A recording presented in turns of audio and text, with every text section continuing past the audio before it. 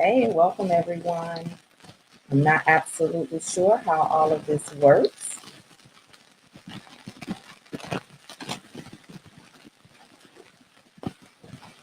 and it's been so long since I've been in here.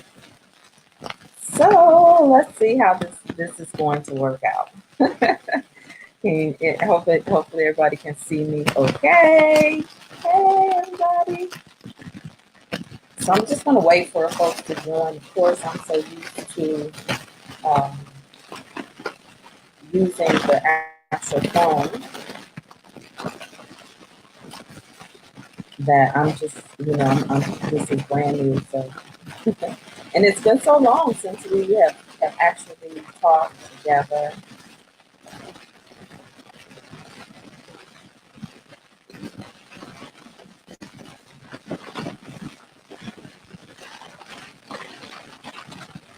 That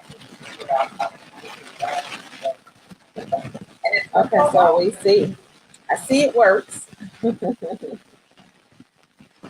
And of course, I probably put it stand to use invitation feature.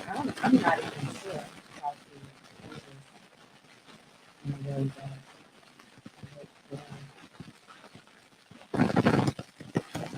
So this is a test run for everybody that's on.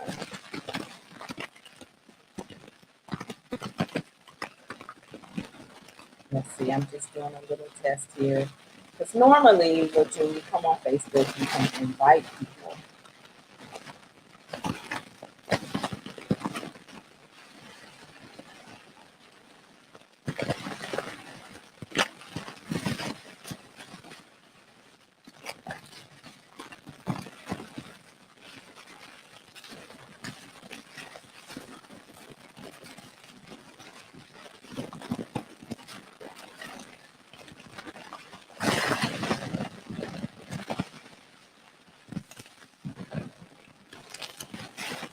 Okay, we got some folks who are joining us. All right, so I'm going to go on and get started. So welcome. It's been a long time since we've come into this space together. I'm excited to come into Good Girls Gone Goddess. As you all know, that I've been on the Fix My Life calendar. And even though I thought, hey, we'll keep all of these different things going, there was a part of me that absolutely had to surrender and be fully available and be present where I was, which was in production. Since then, we've had our Juicy Spirit Womanhood Rites of Passage consecration. Yay, if you're a Juicy Butterfly, and even if you can order your shirts if you're a Juicy Butterfly. We are so proud. Thank you to Denise, Juicy Butterfly Goddess Denise, for putting these together for us and getting these on the roll. And so this design, everybody loves them. If you are Juicy Butterfly, we want to make sure that you can have them. So since we last talked, there's been so much. We are in a very special season. We're getting ready to approach the holidays. And because of the holidays, people feel all kinds of things going into this holiday season. The holiday season can make you start to respond basically on automatic, meaning that you are trying to start in your mind getting ready. Some of you are starting to get ready for Christmas shopping. And I want to speak to the alchemical women in the room, because the alchemical women in the room will understand that we want to interrupt patterns that no longer serve us, that put us on automatic functioning, automatic conformity, obligation. Because I wonder, have you all ever taken a holiday where you wasn't feeling like doing all of the shopping, all of the cooking, and done something. And, you know, my husband and I and another couple, we did something called Friendsgiving. And we made that up, not knowing that it was a thing. And we spent some time on the beach. It was one of the best Novembers ever, being on the beach. So I want to encourage you to look at how you are doing things, because what has come to my attention as we are continuing, we meaning my team and I are building out 2019, finishing strong with 2018, of course. This is a very special time, not because of just the holidays. We're getting ready to approach 11/11, one of the most sacred days. We just came from what's called the Day of the Dead. Hey, everybody that's saying hello when you come in. What's called the Day of the Dead, which is the day to honor the ancestors. So, you know, we just came out of a period where Scorpio, well, first of all, let me back up. Venus is in retrograde, and it was in retrograde in Scorpio. Yes, I have to talk about the stars, because as women, as cosmic women, we feel everything, and sometimes we don't know why. And it's absolutely related to the shifts that the planet is experiencing and going through. Plus, we are all in different seasons of our life. So I'm going somewhere with this. Venus has been in retrograde, which is an energy that requires us to reevaluate our relationships, how we've shown up in relationships, where we still may need to do some healing ourselves. It is an energy that really makes you take stock and review where you've been, and it can also be an emotional thing. So it's no accident that this topic started to come up. Let me tell you a few signals that I had that this was something that you may want to talk about and discuss. And that is, one, I was checking in. I always check in on the alumna of our special community, our sacred space. And it's supposed to be a space where the women they come and practice the specialized tools that we've taught. But sometimes if I'm not there, you know, the engagement may be low. It's kind of similar to here, but this is open to everyone. And I was checking in, and, you know, a sister disclosed to me that she was in breakdown with another sister. And I was like, oh, wow, I didn't even know this, right? And on one hand, you're kind of glad that you don't know, that you're not pulled into mess and that type of thing. But when you're a leader, you need to have a different response, because you're responsible sometimes for the energy that you're holding for a space, even a growing space, a forming space. So that was the first thing. I was like, wow, I wouldn't have known. And that's no different. Sometimes, well, I won't get ahead of myself. So it's not uncommon for that type of thing to happen. Then, of course, in my life, someone that I had not spoken to in a long time fell on my heart. And I realized that I just had not been in touch with this woman, and I needed to be. And reached out to her, had the most amazing conversation and connection and that type of thing. And then the third thing, of course, is all of the things that people will bring to me that are signals. And of course, you all know that when we were working on the show, we were, how many of you actually saw the Braxtons? That particular episode where the sisters were in complete breakdown, and one of the sisters actually had wished death on another sister because of the situation. The situation had gotten so bad that, you know, she had wished death on her sister, and it didn't seem like anything that they would recover from. And they called in Iyanla and asked for that. Good, you watched that episode. Well, I'm a huge fan of, and I guess not a fan, I'm more of a supporter of of the Braxton family just from viewing on TV, knowing, understanding now that what we see in 42 minutes is oftentimes it leaves a lot to be desired. And but I respect all of the storytellers even more now on in this whole world of television and production, because to try to condense days of work into a few hours really is a big deal. But that episode was triggering for a lot of people.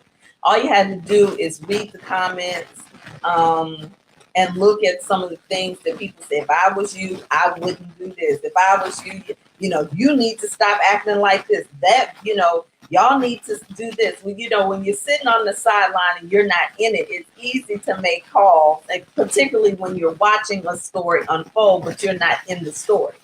But all of us as women have been in situations where we could relate to that on some level. If you don't come from a big family, sometimes you haven't had to navigate a big family. And even if you do come from a big family, sometimes you can spend your life navigating that family only. It occurred to me once when I was looking at some of my closest friends, and I was looking at even some of my classmates. So when my classmates talk about going home to Mississippi, they talk about all of these nostalgic places that they hang out. And I had this epiphany that when I was coming up, my friends were my family. We were a lot bigger, and my best friend was my cousin, and at least so I thought. In my mind, there was a period where we were best friends, and then of course we grew. We went to different schools, went to different colleges, and so we began to have other friends, other besties, other experiences.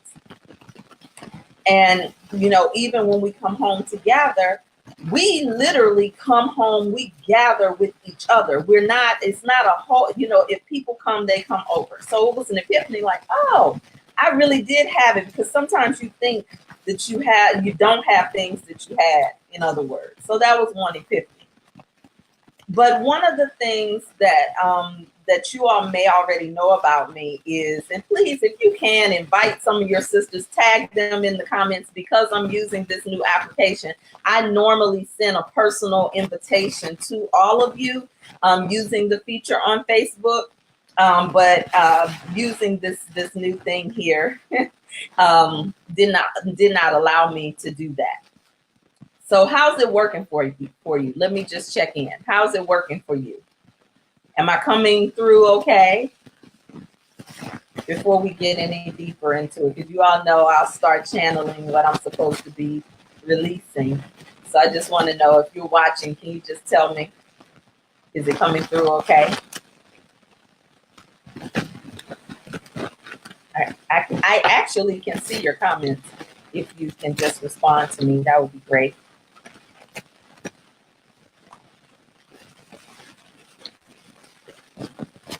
Okay, I'm gonna keep going. So then there was another situation that I experienced that was really challenging for me, for my heart, and beyond the television, beyond everything, it's just like, okay, this is their story, the Braxtons and that type of thing.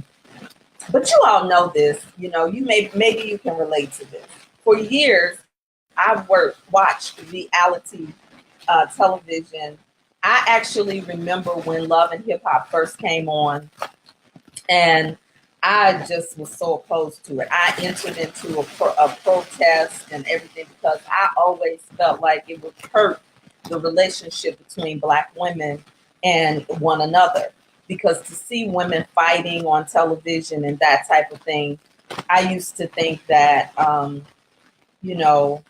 my God, how could this be? How could they participate in this? All of that. So I wanted to protest. Of course, not understanding demographics and that people really do study what it is folks are interested in before it even makes it on the air.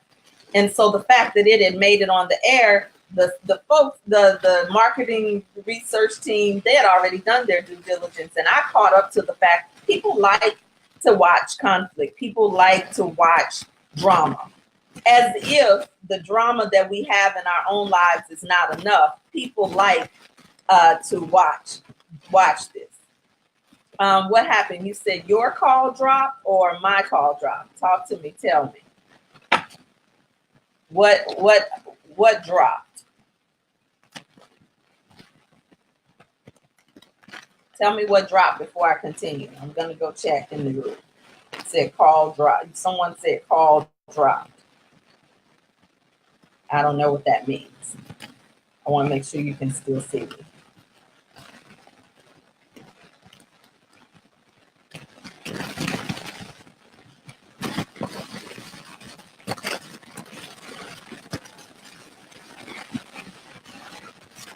Just waiting on you all to respond.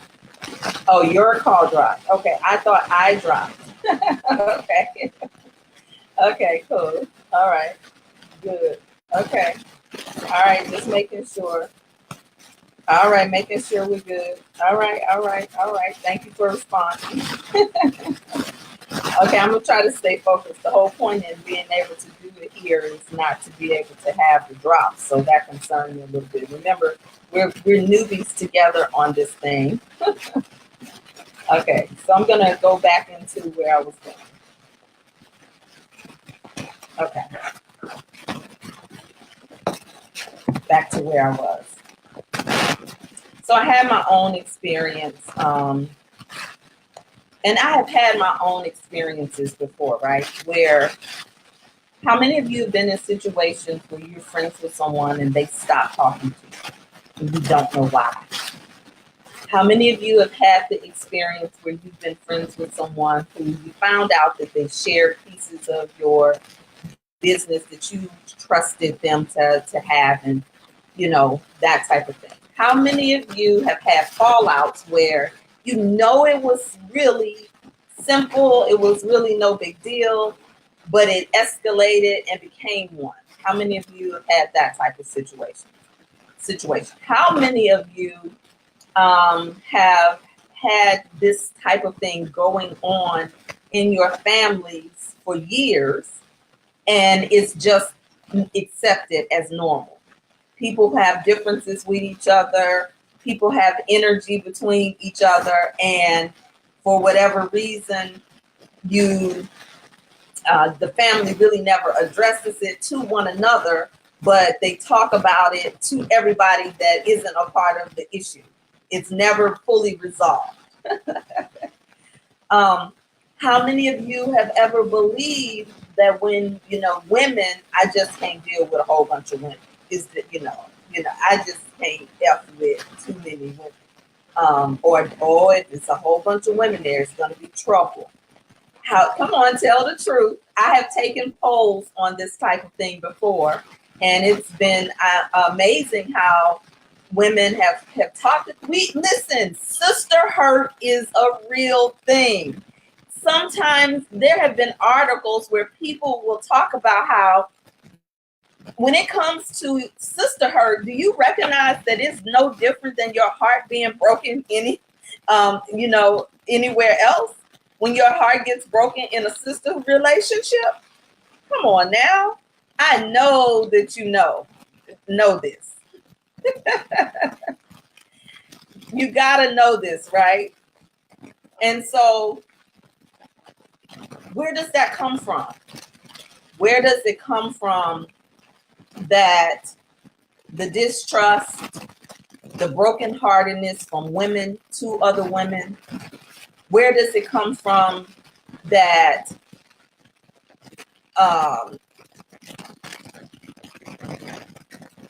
that this is the norm? You know, and you know that sophisticated women kind of fight differently.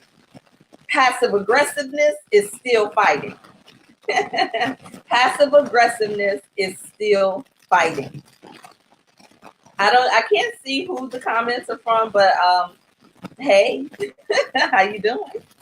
And so, as there are a lot of people now who are creating sisterhood communities as a part of their business model or as a part of their ministry or that type of thing. It's not really new, but it is kind of new on social media. And it is somewhat of a dangerous thing to be in communities that have not asked these types of questions or talked about this type of thing and have some type of plan in place to address breakdown. Because one thing that for certain, and two things for sure, whenever you come together in a community, whether it's male, female, or all male, there's going to be breakdown with humans. Humans are going to have a breakdown with one another. Sometimes because friends are the family that we choose, we choose not to address certain things or to address it in ways that we may not have addressed it in our families. Now, of course, every family is different. So I'm asking you to look at your family right now. How were you taught to manage conflict? How do you all manage conflict? Because it is absolutely irresponsible to think, especially if you're leading one or a part of one, to think that it's not going to transfer into all of your communal relationships, including how you build your own family. This also transfers into our love, sex, and money manifestation in different ways that sometimes we minimize because friends being family that we choose, we think that we have these options. So sometimes we'll handle the relationships in a very irresponsible way. I just want to offer another possibility. I want to look at the Braxtons to a degree because when they came together at the table, when the Braxtons came to the table together, it was heat. Remember how they entered into the room. There were assumptions, there were some alliances, there was some resistance, there was attitude, there was outright warfare, battle in the heart of some of the folks that came in, right? If you remember, hey everybody, if you remember how folks came in. So when folks came into the room and they went and they began to open up, the bitterness came, the frustration came, the issue now was finally being addressed. This was a family of sisters, primarily. There is a brother involved, and their father was in the room. I thought it was a beautiful opportunity to leverage that example for those of us. I wish that I was sophisticated enough to show you a few clips from the Braxtons just to underscore a few nuggets that I want to leave you with today. Again, if you're just coming in, I'm talking about the time. It's time to shift everything because this time of the year holds a very significant purpose. And so one of the things that I want you to consider is, who are you in breakdown with? Particularly another woman. Who are you holding a hurt with? Who are you choking back your words because you don't want to rock the boat? Where are you not showing up because you're in breakdown somewhere with someone? I will confess that and until recently, I really had a utopic relationship with sisterhood. I used to say things like, I don't have problems with women, particularly serving women. And I used to say things like, and sisterhood is safe for me. It is a safe place for me. It's a place of restoration for me. And I want other people to have that experience. But to come in front of you to tell you that I have not been disappointed, betrayed, or lied to, or lied on would be an absolute lie. I actually, when I left to go to Costa Rica, I was made aware of a lot of unhealthy relationships, and everybody else was not responsible for that. I was just as responsible for participating in those relationships. Now, was the solution just to cut people off? Because social media has this way of making us just cut people off. That used to be me years ago. Years ago, when I was young, dumb, and full of you know what, hot in the pants, I went from being a fighter to being a bit of a runner to also being overcorrecting that I didn't want the title of the fighter. I didn't want to run. So I overcorrected in sometimes staying in situations. And I did see it as a place of growth to be able to meet people where they were and not need them to change. That was a lesson for me, to be able to be in spaces, share spaces with people who I knew I could hold them in a certain space. See, I understand that people cannot occupy all the seating in your life. That everybody can't be in VIP. Everybody can't be in the reserve section or come backstage. Some people have to be in the general population or audience of your life. Some people are in the balcony of your life, if we could use analogies. I get that. I get that. But I want to look at all of the possibilities, because there is responsibility in being in sisterhood. I'm backtracking a little bit. There is responsibility in being in sisterhood. And if you think that your relationship with women is not a statement of your relationship with yourself, your personal self, but also your communal self, I'd like to offer you another way to see it.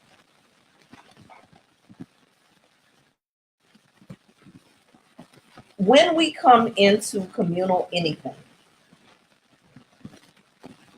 one of the ways that we started to create this whole thing around rules and codes of conduct is because everybody sometimes are coming from different walks of life. When you watch reality TV, you can now see that other people have different value systems on different things. Some people, people eat different, depending on your God, your religion, your culture. People interact and discipline their children different. Even if you have never played a team sport, or if you tend to see community different than the person who's had to be a team player, whether it's a sport, whether it's ROTC, that's my thing. But anything that required you to be a team, dance troupe, where you may have a solo piece, but the team works together in a certain way. That makes a difference, because even a child who is an only child has a different view of the world that's different than someone who grew up in a large family. In a large family, you're taught to share. In a large family, sometimes you got to compete for food. In a large family, your skin sometimes is a little thicker, but that's not always the rule, because people come from how am I saying it? People, all children are different. All children experience their families different, their mothers different, parenting different, that type of thing. And so I want you to understand that everybody comes from a different walk of life. And when you come together in these sister communities, in your sorority, in your ministry, people bring that with them. And guess what? When we call them together as leaders, we're responsible for how we hold the space. You cannot have a thriving sisterhood when there's breakdown and nobody handles it. I remember once in my life, there were two sisters who were keeping secrets from one another. It was a big sister, little sister type of dynamic. And when I got called in, they knew my value and how I held it. And I got called in kind of like as a mediator. Look, hey, you got to help us settle this. This is big. One sister found out that the sister was seeing someone that she would not have advised her to see. But there was all kind of other people participating in keeping the secret.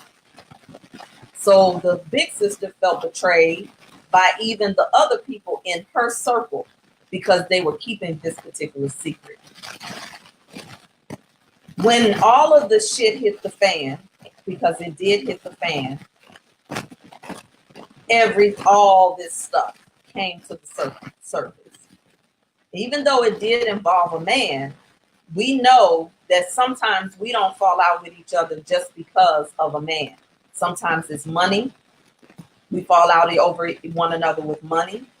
Sometimes we fall out with one another because our feelings is hurt. One person is more sensitive than the other, and the other person, we can project our needs onto the other person, and they don't know that you're needing a certain things from them. So there's all kinds of things in dynamics. And when we came together, we were able to address that everybody had a different value, even at the table. And even in a casual social setting, are you hanging out and keeping company with people that share your value for how you resolve conflict? Let me go back a little further. When I was in school, in high school, because I had a big sister who's 15 years older than me, that I respected and adored, she was and is my safe place. So I had a different orientation of sisterhood, number one. But because of my respect for her, she always advised me. And she used to tell me, don't be changing your friends out a whole lot. And pay attention to the women who do. So when I went through junior high and high school, I pretty much had the same crew of women. We hung out, we spent the night, we did whatever together. And that was a value for me because it kept me out of a lot of things that I would witness going on around one another. You know, friends with this one week and friends with another. There's no loyalty. There's no value there. Because now when you fall out with somebody, then what? All bets are off in terms of what you're sharing, what you know. So I feel like I'm a little bit all over the place because I'm a little rusty coming in here. I've been teaching out on the circuit, right? But to come in and have this casual conversation with this thing in between us, I can't fully see all of your comments, but I want you to bear with me because I want to meet everybody who's watching or who will watch at where you are. And it's an assumption to think that we're all in the same place. Not only do we not have different needs, but we also have different expectations for relationships. Now, when you get into a relationship that's with a man or with your lover, whether it's same sex or not, usually you discuss how you want to relate. You know, you learn the person. Love, erotic love has a way of motivating you. But if you've ever really had the love of a sister, it ought to motivate you too. Because there are some things that as women that we can give to one another that you cannot find anywhere else. See, our sistership plays many different roles. Our sistership, yes, can be our BFF, our road dog. You know, our sister can be our stylist. Our sister can be our prayer partner. Our sister sometimes can mother us in places where we were never mothered. Our sister can minister to you and when your self-esteem is low and speak things to you that sometimes your blood family never spoke because they can see you. They don't have a dog in the fight of you staying the same person. Now, when that shifts, that's when it gets kind of dangerous and crazy. I love that we're not limited when it comes to sistership. But when you get hurt by somebody you open your heart to, that's important to recognize and to honor. My question to you is, how do you handle the hurt from the sister? Do you pretend like it doesn't exist? Do you go talk to other people about it? Now, let me say this about talking to other people about it. When someone shuts down communication with you, sometimes you want to know, how is that person okay? What's going on? I haven't talked to them. And that's when sometimes someone else that's close to you may know more than you know. And so, yes, there is a level of responsibility that we have in being able to even settle differences amongst one another. So here's the thing. If you're the one that's receiving the phone call of awareness that someone is in breakdown, what is your response?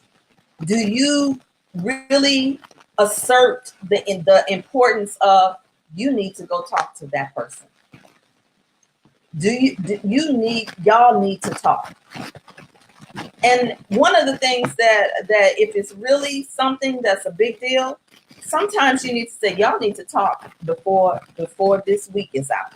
If y'all don't get this settled, I'm gonna pull y'all together. Sometimes we have to operate at that level of integrity. You know, and I understand that we live and let live. But have you ever been in a community like that? I have. And it is a high level of sisterhood and relationships that is really helpful.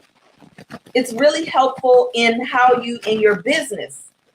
It's helpful and let me tell you why I say why it matters in love, sex, and money. Clearly, we can see why it matters in love and matters of the heart.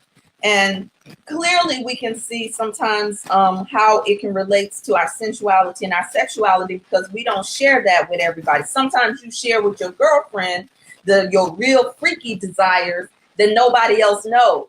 Sometimes you share with her other things, people, places, things that you're attracted to that you don't necessarily share with anyone else. So now when your heart breaks, where does that go? But it also relates to money, because how you do anything is how you do everything. And I'm going to say this, there are a lot of people who are creating these sister groups just for commerce, just for business. And there's a difference between being in the business and sisterhood and being in the ministry and in sisterhood together. There is a spiritual responsibility that we have with one another when we're in spiritual community. So I am not talking about just commerce-driven sisterhoods. I'm not talking about just loose-ass type of discussion groups where anybody can come on and just say whatever and not behold some type of accountability to how we interact and how we engage one another. So there is a distinction. And so sometimes you have experienced something in a business type of community or in a loose, casual community. And when you come into a sacred sisterhood, you don't know how to really interact, or you haven't dropped the baggage of where you come from. Sometimes you bring it even before you get to the business, the casual, and the sacred. You bring it from your family. As leaders, we have to be responsible for making a choice of the space that we're going to hold. Of course, we can't be around here trying to settle every difference every time a sister falls out. But if we operate from the level of, first of all, we agree and commit to settling differences with the source. Go to the source of where you are hurt. And if you don't do that, then you have to look at your own cowardice, because it is easy to be a coward in a situation or be arrogant in a situation and act like you didn't participate. Because here's the thing about atonement. Atonement is very important, because it doesn't matter if you actually feel you did anything wrong. If a person feels that they were offended, then we, in our agreement, get to be safe spaces enough where we can tell each other the truth, where we can say, ouch. Now, does that mean that we have permission just to go off neck popping, cussing each other out, even if we do it in a dignified way? No, we're no one's punching bag.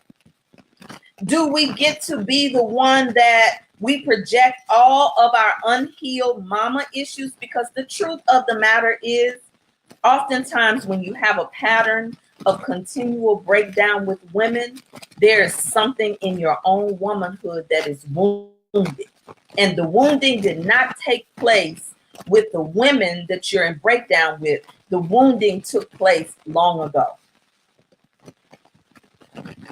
Particularly when it happened early in your life, particularly if you have a mother wound or you've been unmothered in certain areas of your life. And I'll share what I mean by that. Let me give you an example. I've always been a mothering spirit, a no-nonsense mother sometimes, a compassionate, caring mother, and sometimes an overbearing mother in my sister spaces. I've gone literally since high school. It would be a running joke, that she the mother of the group. Sometimes I've been even called grandmother. And so when I was young, I didn't like that.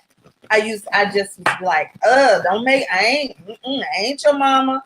Okay. I just couldn't see the beauty of it. Of course, now as I understand energy and goddesses, every one of us has a particular energy that we walk in, a main energy.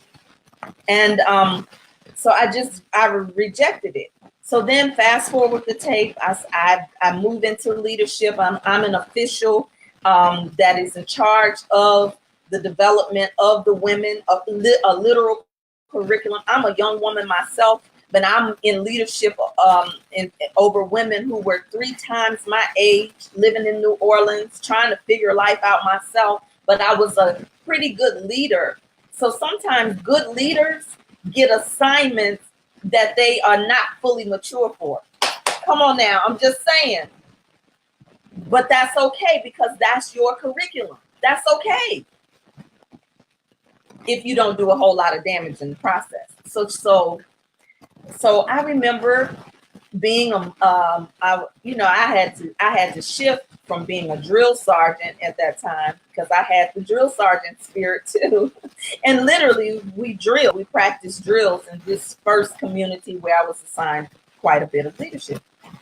And when you shift from being a soldier to being a peaceful warrior, or being a mother, or you shift from being a parishioner to being a pastor, there's another level of responsibility that you have to nurture. So then this particular sister said, you're like, I remember she used to always say, you're like my mother. And I would cringe, because I knew she didn't have a good relationship with her mother. And so I felt like I would be next in line to be the scapegoat for why her life wasn't working. I was young, but I had that sense of reluctance in my own leadership, or my own gifting. People will tell you about your gifts along your way, but they will also point out areas where you can grow.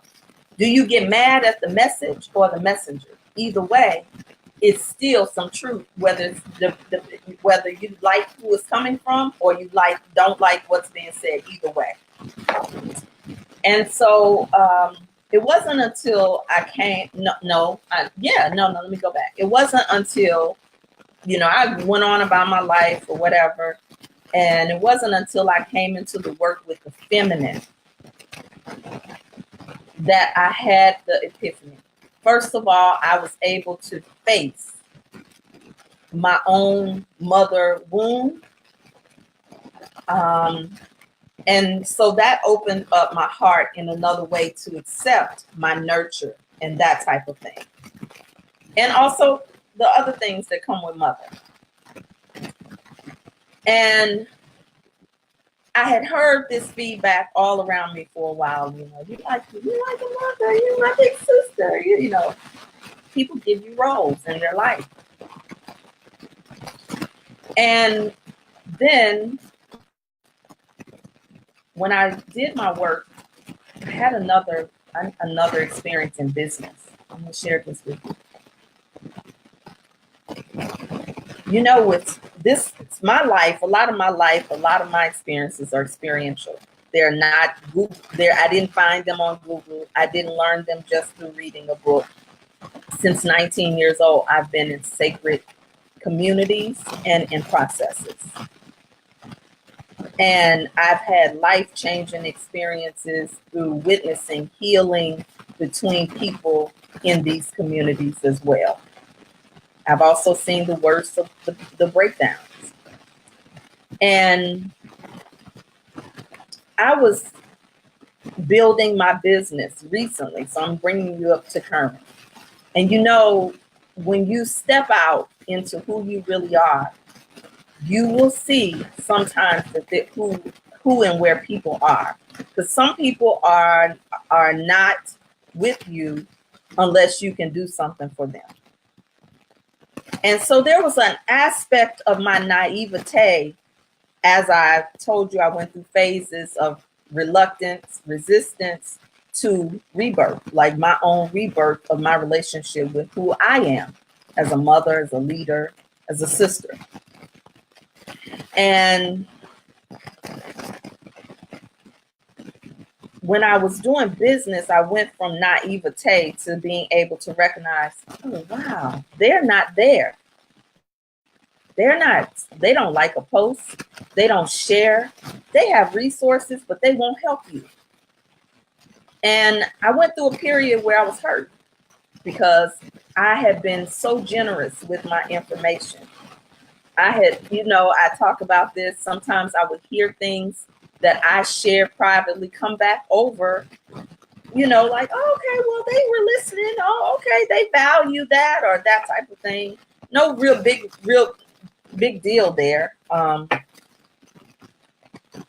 when you're building a business and you step fully into yourself, or you're building anything, when you're no longer hurt. See, because there are some people, let me back up. Let me go to pleasure.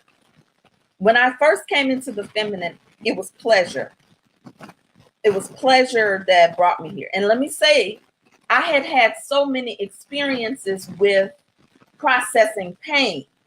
I was trained on how to process pain and how to bring that up. And then when I got introduced to another level of pleasure, it was different being around women who were pleasured, who lived as a value of pleasure.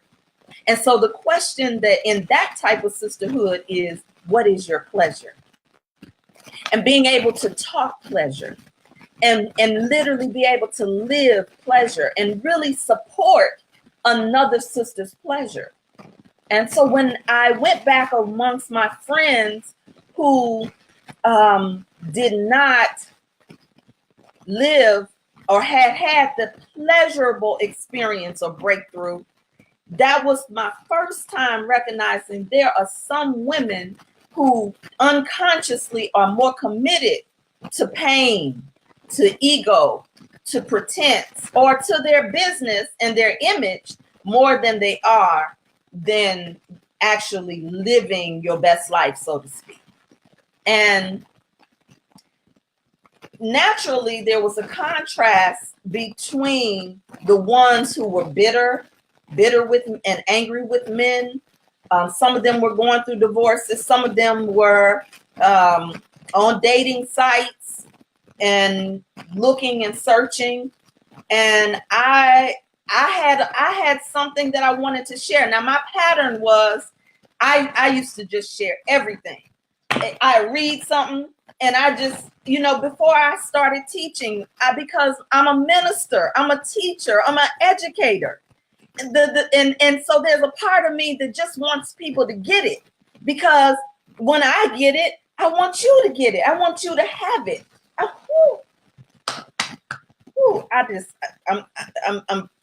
Work with me here. You hear what I'm saying? When I get it, I want you to have it. I had enrolled people in other people's processes for years, only to have people that I enrolled and stood for to get there in the process and have the breakthrough stop talking to me, and I couldn't understand why. Let me tell you what I found out. I ended up finding out that somebody else who was in their own personal competition with me would go to those people and say things. I don't know why you trust her. I don't know why you listen to her. I don't know what is it about her.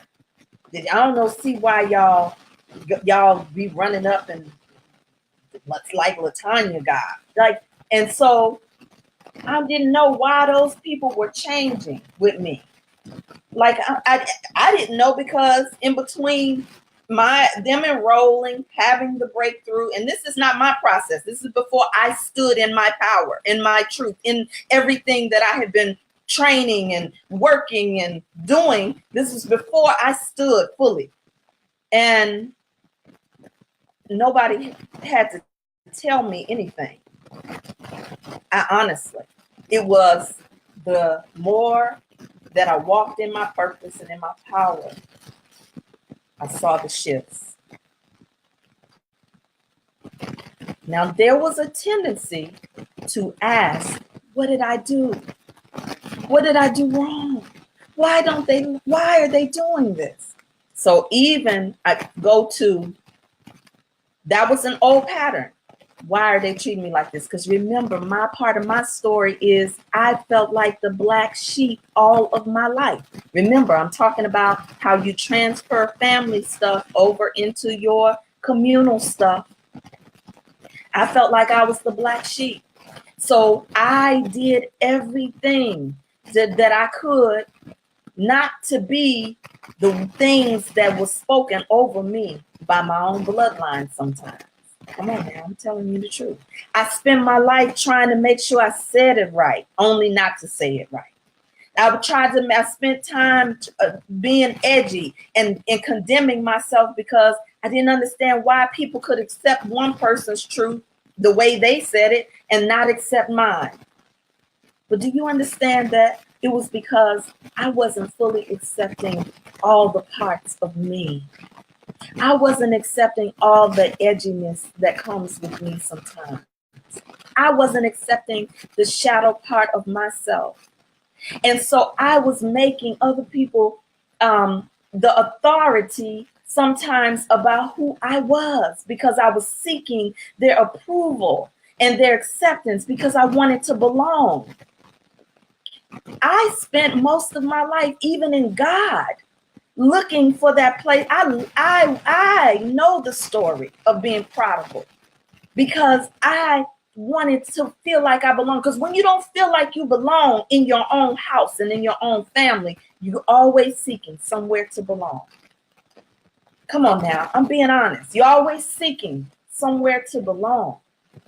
And nothing's wrong with that, because the truth of the matter is we thrive in communities. But we thrive when we can meet each other where we are and bring each other up. And sometimes that is through codes of conduct.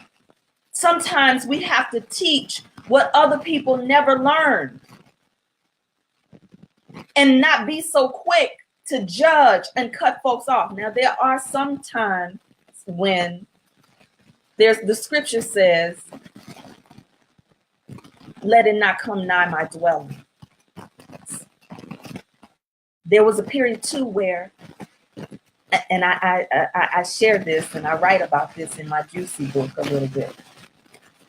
When I did my own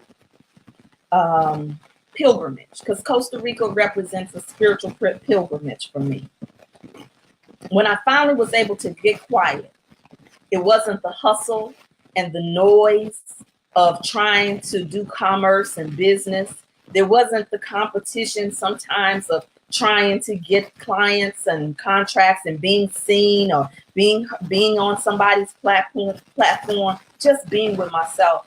I heard the Holy Spirit say, the reason why you haven't been able to manifest this and that is because the space was already occupied. You were too busy putting your tit, breastfeed, putting your tit in the mouth of people who did not ask for you to feed them. And see, the thing is, the first rule of being a coach or being a leader is people have to ask you for your what it is that you have. Healers don't just walk around just trying to fix everybody and fix everything. That's arrogance. And I had to check it in myself. And I had to look and search my own heart and see where did this show up. And what I found out is that I could search it all the way to the little girl who wanted the approval and to be seen and to be safe and to be loved and affirmed by her mother. And so I had those expectations in my sister relationships sometimes that they would do that for me. Sometimes I didn't know how to ask for it. You got to tell the truth about that. Sometimes they didn't know that I needed that or wanted that. Now, here's the thing. If you have offended someone in your unconsciousness, it's still an offense, even when you don't know. And so the thing is not to excuse it, but not to beat yourself up for what you didn't know that you didn't know. But when you know, you are responsible. Love comes with responsibility. Otherwise, it turns into abuse. Love comes with responsibility. So don't be talking about, I love you and you love me. And we're not responsible because there will be conflict in communal relating. How do you manage your conflicts? And if you're walking around here with unforgiveness, if you're walking around here with things unsaid, now I know that there's sometimes people make it impossible. They don't return your calls. They block you. They shut down on you. Okay, that's different. That's different. But sisters, we gotta be willing to have conversations in our lives and rise to the occasion of a new level, a higher level of relating in all of our relationships. If we want to see our love and our sex and our money be elevated too, we have to elevate all of our relationships. And there is a responsibility. There is a responsibility that we have to one another. Now, I'm going to close out with this because, again, my intention for coming was to be able to place this in here. Because we assume people know and they don't. There's a process of atonement there's two types of atonement. And of course, I can do a deeper teaching on this, but this is going to be a mini.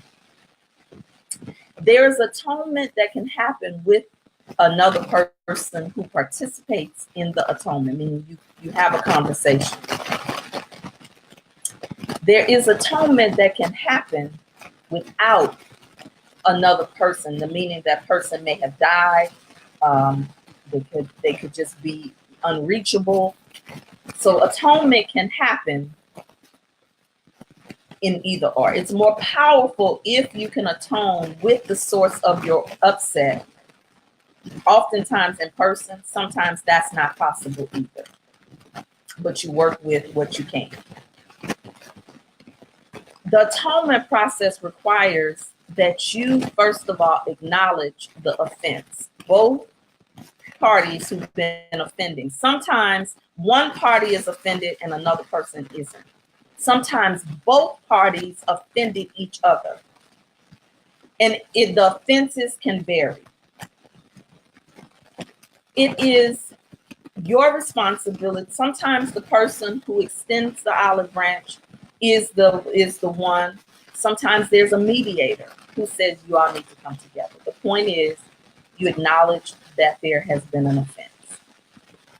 You don't justify it. You let the person tell you what they experience without verbal abuse and harm. And sometimes some people need to be given that guidelines on how to communicate.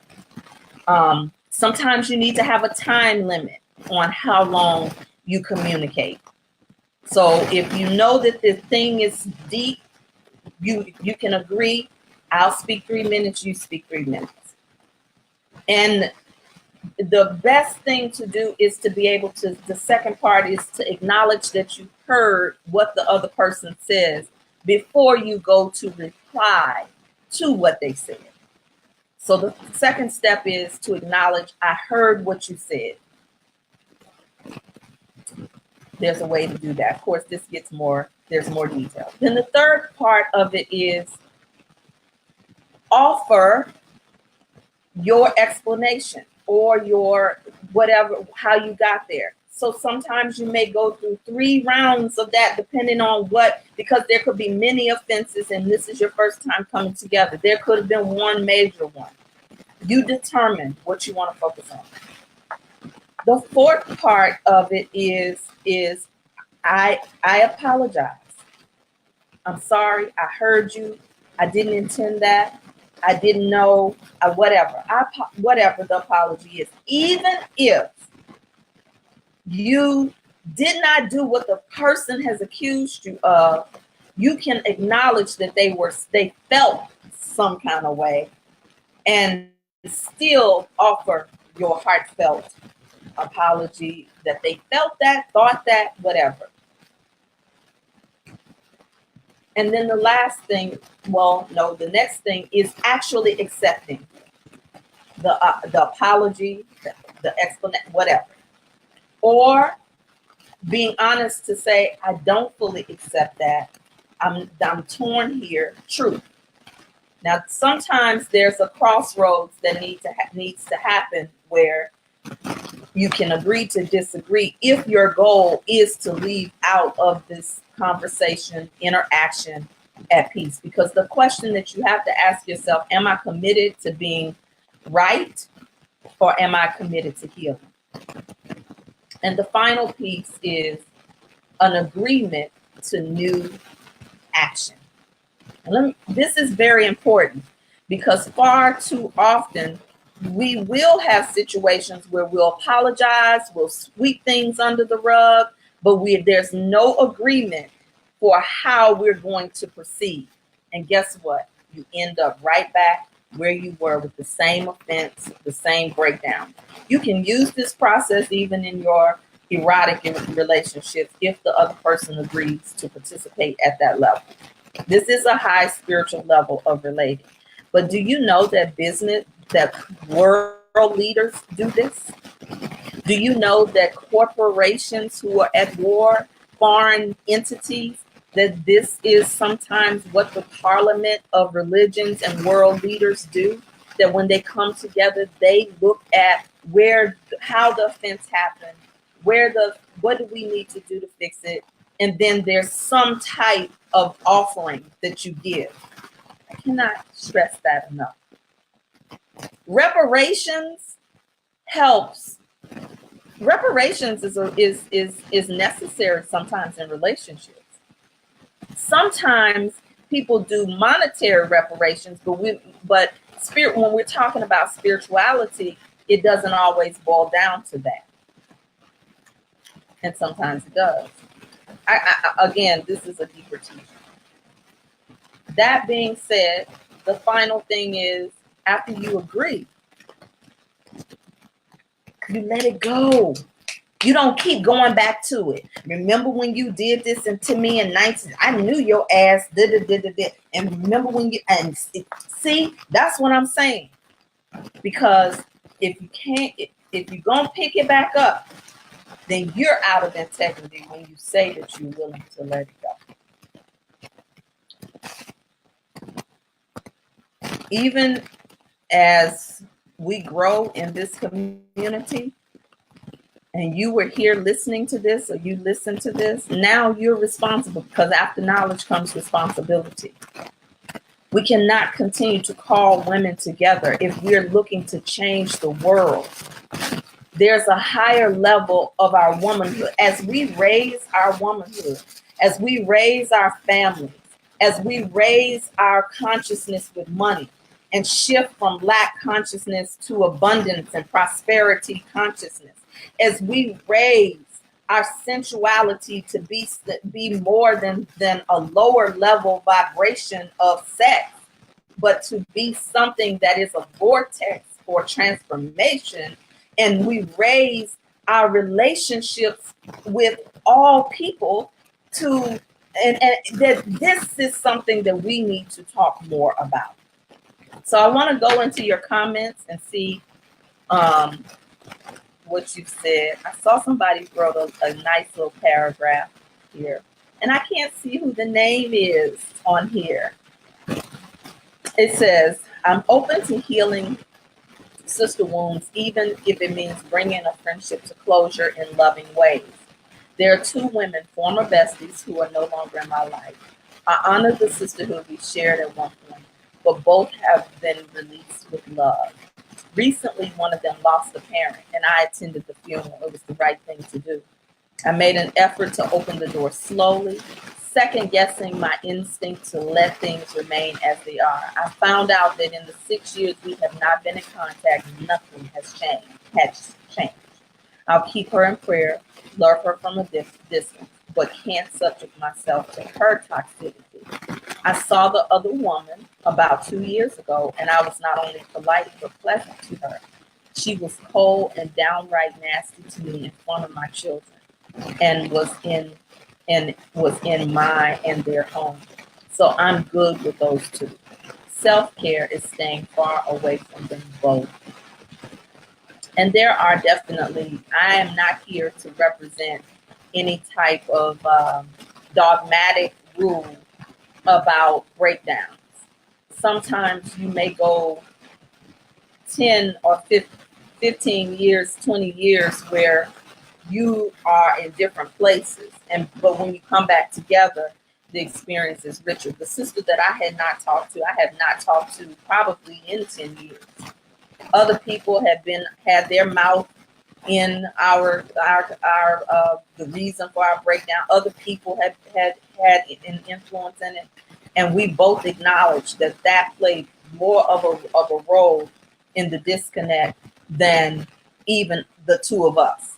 Just letting it happen. But that brings up a good point, sis, in what you're saying, because the same is true for our relationships, our erotic relationships. Sometimes we think that when things have to end, that it has to be drama filled or it's nasty, or but there is something called the spiritual divorce, and that's where you can release the person in the same love that you took those wedding vows, whatever your wedding vows are. It doesn't have to be the non-traditional one, but can you take a vow of how you'll honor the person as you all end? Think about how relating on that higher level as well. So you bring up a very good point. But my question that I ask to all of us is, have you tried all that you could before you reach this point of it's just better for me to keep our distance? Have you tried all that you could for the ones in the relationships that do matter? Did you? Or did you just go to your automatic? Because the important thing is for us to consider is how we get off of being on automatic all of the time in our relationship. So a few of you said, oh Lord, my Lord, I feel this. Starting my blog has revealed so much. I think you were saying that when you were talking about who actually is supporting you. Let me tell you something about that. That's more of a rites of passage, because when you start a business, you know, I do know we say that Black people sometimes and Latino people are crabs in the barrel. Sometimes we say that Black and brown people don't know how to support each other. And we have forgotten. We have fallen off in terms of our collective and cooperative economics. We do tend to start to worry about if there's going to be enough for me and that type of thing. But there is another element of when you start something that you need to be able to reach, or you're not trying to reach the audience that already knows you. Most of the time, people have something that you need that don't know you. And it is true that sometimes people who think they know you will take you for granted. It is true. The Bible says that a prophet is without honor in its own land. So a lot of times we trying to be prophets in the same place we're born, in the same place we went to school, and we decide to get an idea, and then all of a sudden we want everybody to be on board with it. And sometimes it doesn't work like that. So yeah, when you start something, it does cause you to review how you've shown up in the world previously. And it may be required that you step out into something bigger or ask for support from other places. That's been a greater learning for me, to be able to release that in terms of business, that feeling like anybody owed me anything, because no, we don't. First of all, I didn't even come from a family that had a whole lot of business owners. Most people were employees, and you all know we talk about this. Employees come with a certain mindset even in your family. If you come from a family of people who worked for 20, 40 years and retired, most of the time the teaching that you got was go to school, get good grades, graduate, and get you a good job. Now, if you come from a family that are entrepreneurs, then entrepreneurs are going to say, okay, yeah, go to school, get good grades and everything, but have you a plan? And what's your plan? Are you going to open a business? Are you making investments? If you come from that family, then it was talked about. It was an expectation. So many of us don't even come from families that were enterprising. So when we start to become enterprising, do you really think the family that's not enterprising is going to be on board? Most of the time they're afraid and hoping that you don't ask them for any money in case you fail. Most of the times those family members are like, oh, okay, I don't know what you're doing. And they have something to say about it because they don't want you to come and live with them. They don't want you to have to ask them anything. Now, if you came from a different kind of family, which there are families with richer cultures, I won't say richer cultures, but what I will say is a less diluted concept of family business and the business of family. And so you have people who are foreign who will come into spaces and share rooms, and one by one, each one buys a property, each one has credit, each one does something. So, so we definitely have to look at all things considered. Many of us don't come from old money where we always had it. Now we come from ancient money. We come from ancient lineages.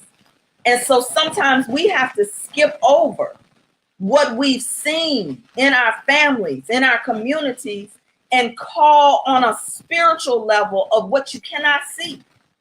Because sometimes we feel connected to sisterhood and connected to communal environments because we did come from merchant leaders. We did come from people who were world changers and changed policies.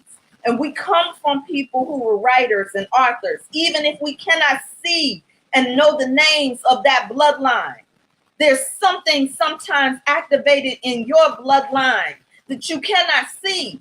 And so that's why you feel it so deeply.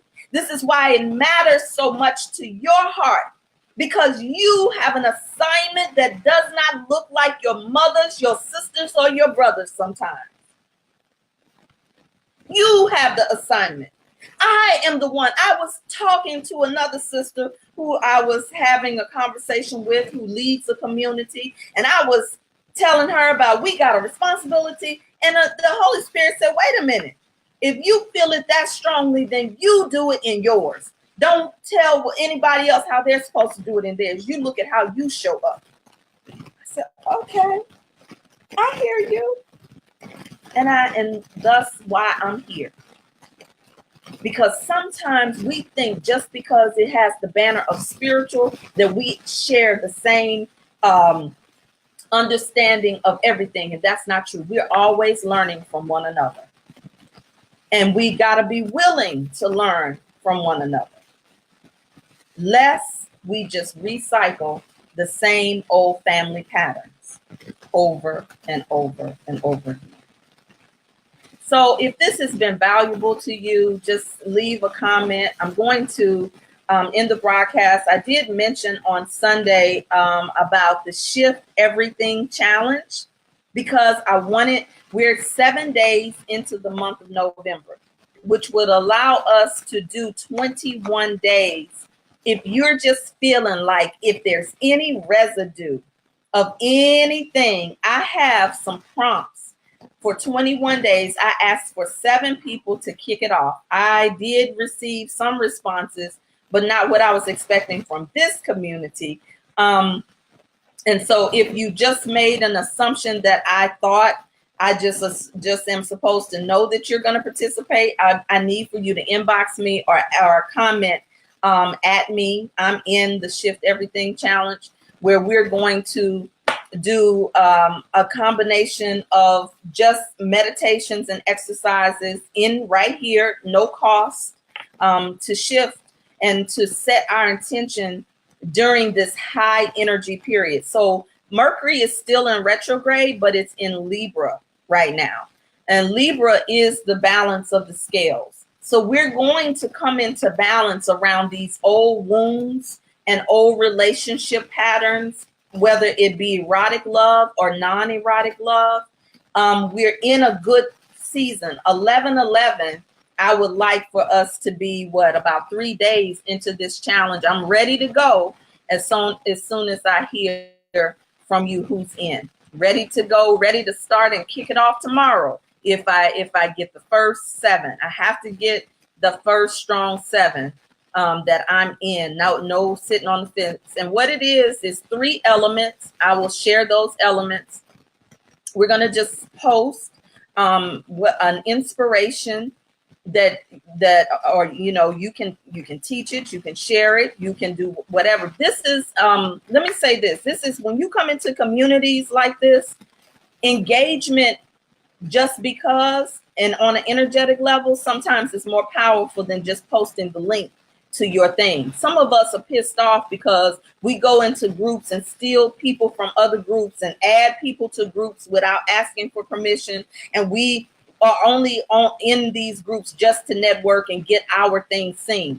But what if you were in this community to be in relationship, to have a breakthrough, to be a contribution? You cannot be in these doggone groups after groups after groups just to show your blog, just to post to your program, just to let people know that you're a coach, a leader, or whatever. No. The intention is off. And that is what I'm talking about. The difference between the business of sisterhood and sister circle versus the ministry. So what I'm talking about for this 21-day challenge, I'm inviting some of you new people who just watch, but I do want to launch it with the ones who already get it. I want to invite some of you new people. Put yourself out there. Connect with a sister, because you got a story, and your story, you have experiences, you have wisdom, and it's not a one-way process.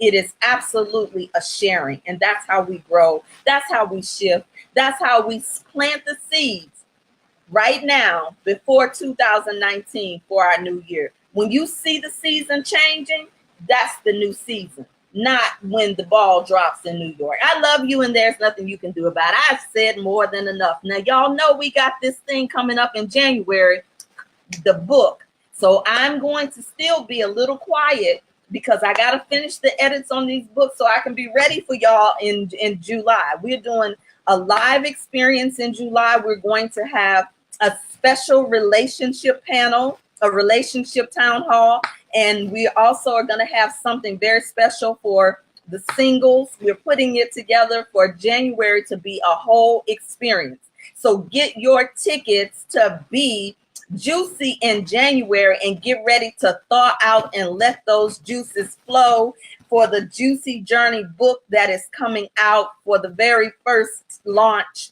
of my publishing. I've been published before, but this will be my own published work. So I love y'all. There's nothing you can do about it. I see y'all on the other side. Ciao. I'm feeling purple and juicy today.